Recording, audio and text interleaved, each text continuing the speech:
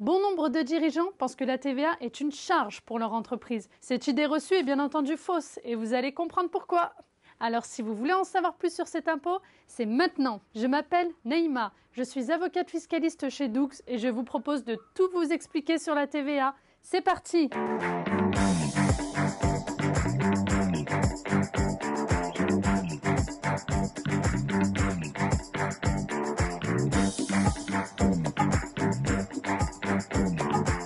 La TVA ou taxe sur la valeur ajoutée est un impôt indirect payé par 100% des Français.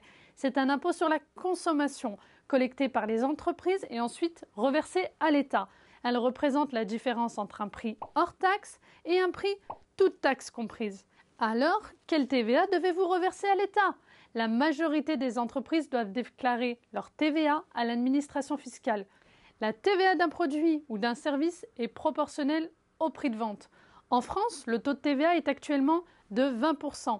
Cependant, il existe également des taux réduits, au taux de 5,5%, 10% par exemple. Pour faire simple, la TVA payée pour une entreprise est égale à la TVA collectée via la vente de produits ou services, moins la TVA déductible payée pour ses achats professionnels.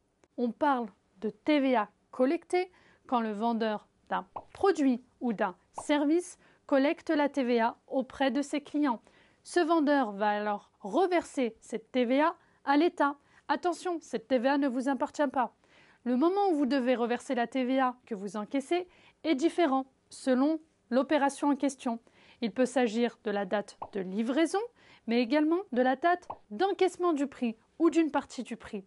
Le reversement de la TVA se fait bien entendu à l'aide de déclarations par voie dématérialisée.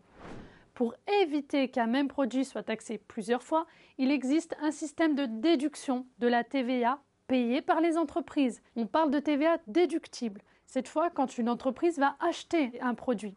Et dans ce cas-là, l'entreprise va payer de la TVA à son propre fournisseur. Cette TVA peut être bien entendu déduite de la somme à verser à l'administration fiscale. Pour pouvoir être déduite, certaines conditions doivent être respectées. Tout d'abord, le montant doit figurer sur un document justificatif. Le plus souvent, il s'agira tout simplement d'une facture. Les biens et services pour lesquels vous déduisez la TVA doivent bien entendu être achetés dans le cadre de votre activité professionnelle et ne pas faire l'objet d'une utilisation personnelle supérieure à 90%. La TVA ne peut être déduite que si elle est exigible chez votre fournisseur. Certains achats sont tout simplement exclus du dispositif de déduction de la TVA. Il s'agit notamment des dépenses de logement faites au bénéfice des dirigeants ou des salariés de l'entreprise, mais également des véhicules pour le transport de personnes qui sont inscrits à l'actif de l'entreprise, l'essence utilisée comme carburant, mais également les services liés à des biens exclus du dispositif.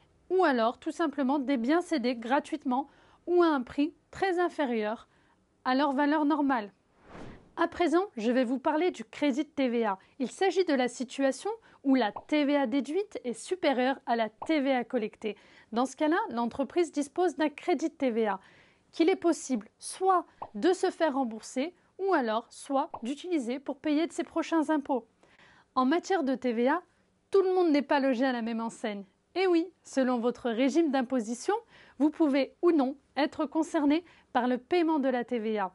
De même, le calendrier des déclarations et des paiements de la TVA varie selon votre situation. Il existe en effet 3 régimes de TVA. La franchise de TVA, le régime simplifié de TVA et enfin le régime normal de TVA. Commençons ensemble par la franchise de TVA. Ce régime permet tout simplement de ne pas être soumis à la TVA et donc de ne pas faire de déclaration de TVA.